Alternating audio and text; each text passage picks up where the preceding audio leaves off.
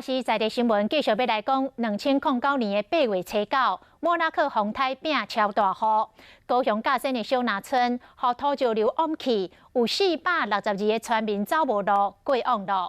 新闻多过一劫的村民指控政府撤离机制失灵，诉请国家赔偿。官司拍8年，总算来拍赢，总共会当摕到3250万的赔偿金，但是小南村民的心也是真痛。 10年啊，虽然10年，我的心嘛还较痛。我陪的有一个甲我爸爸妈妈交代啊，伊跑过。你要去正视我们在防救灾体系的缺失，然后进而改进，小林村才不会白费。所以我常常讲，哪怕是1块钱的胜诉判决，我都要达到。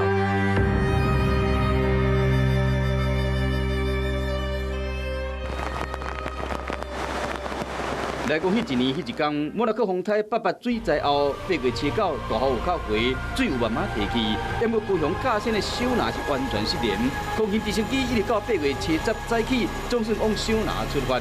因为看到是规大片的黄土，整个头一对根本就看无，拢予土石流砍过啊！小南拢平地啊，拢土石流拢平地啊。你看他老婆啊，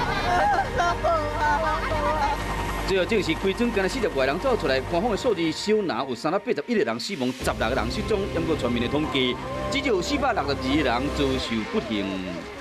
你唔是头一个行入去的？对小南村自救会会长蔡尚如，要当年头一个用行登去小南勘灾老村民，原登到小南的原址。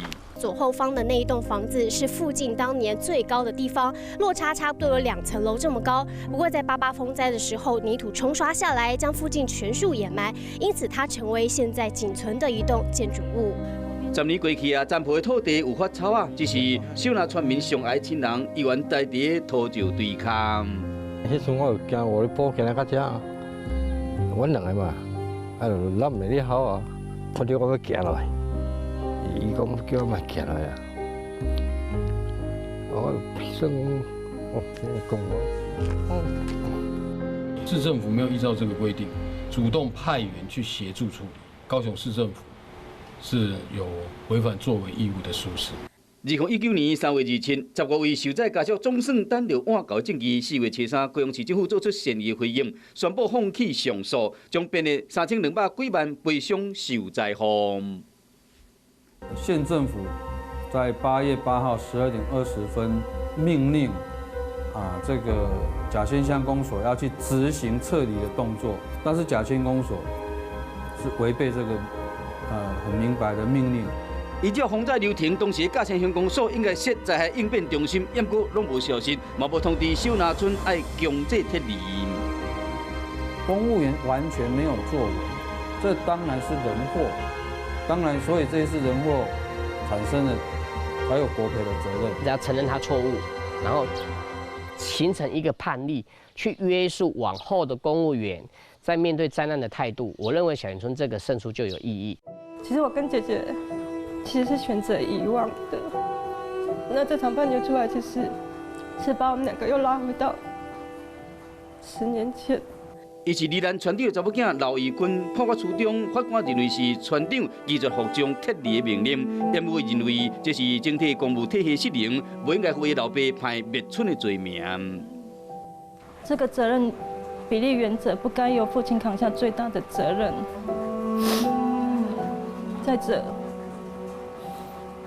强制撤离权的执行命令权并不在爸爸身上，我觉得这对我们也非常不公平。 莫拉克风灾经过10年，灭村国赔总算胜诉。沉睡在险岛山脚的小南人，用性命为台湾的灾难史留下有特殊意义的判决。提醒着公务体系面对灾害，袂使阁无要无紧，必须要严格执行所有权责，至少每一条人命避免惨痛的悲剧，搁重演。